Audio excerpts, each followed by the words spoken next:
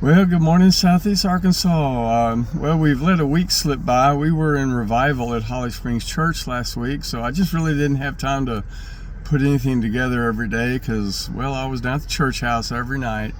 So it is time, though, to pick up with our morning devotional. And our morning devotional this morning is entitled Compelled by Love. And our devotional verse is 2 Corinthians chapter 5, verses 14 and 15.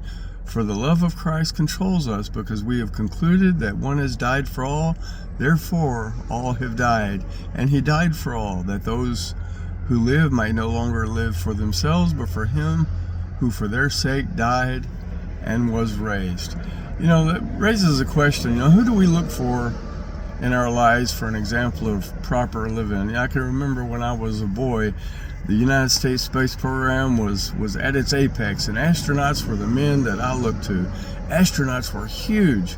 To us boys, they represented the very pinnacle of manhood. They were tough, smart, dashing, and daring. Nothing's really changed. People still look to others to provide an example to follow. Sports stars, movie stars, they're all likely targets of our adoration. Today, especially, those internet influencers are the current fad. Somebody out there provides us with an example that we'd like to follow. But this question should not be difficult for those who are saved children of God. Jesus should be our example. He should be the one that we look to teach us how to live. Elsewhere in Scripture, we see this. For to this you have been called, because Christ also suffered for you, leaving you an example so that you might follow in his steps. And that's 1 Peter chapter 2, verse 21. Today's teaching, it's not rocket science. It's clear and simple. Jesus willingly left his home in heaven, sitting at the right hand of the Father, became a human in the flesh, and died in our place on the cross of Calvary. Can you imagine spending your entire life knowing that the only reason you lived was to die? Further, can you imagine being willing to die for a world full of people who hated your Father?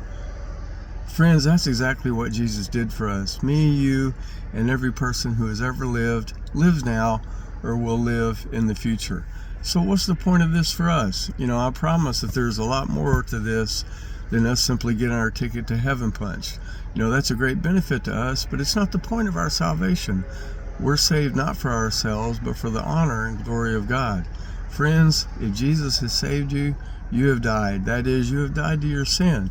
You have also been brought back to life by the resurrection of Jesus. Here's the thing, though. God doesn't force anyone to serve him. So we have to ask ourselves, what motivates us? Who serves as our example?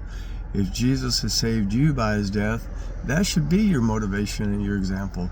Jesus gave everything for you, and you should feel compelled to give all of yourself in return. You should work and serve, not to get yourself saved, but because Jesus saved you. Have a blessed day in the Lord, my friends.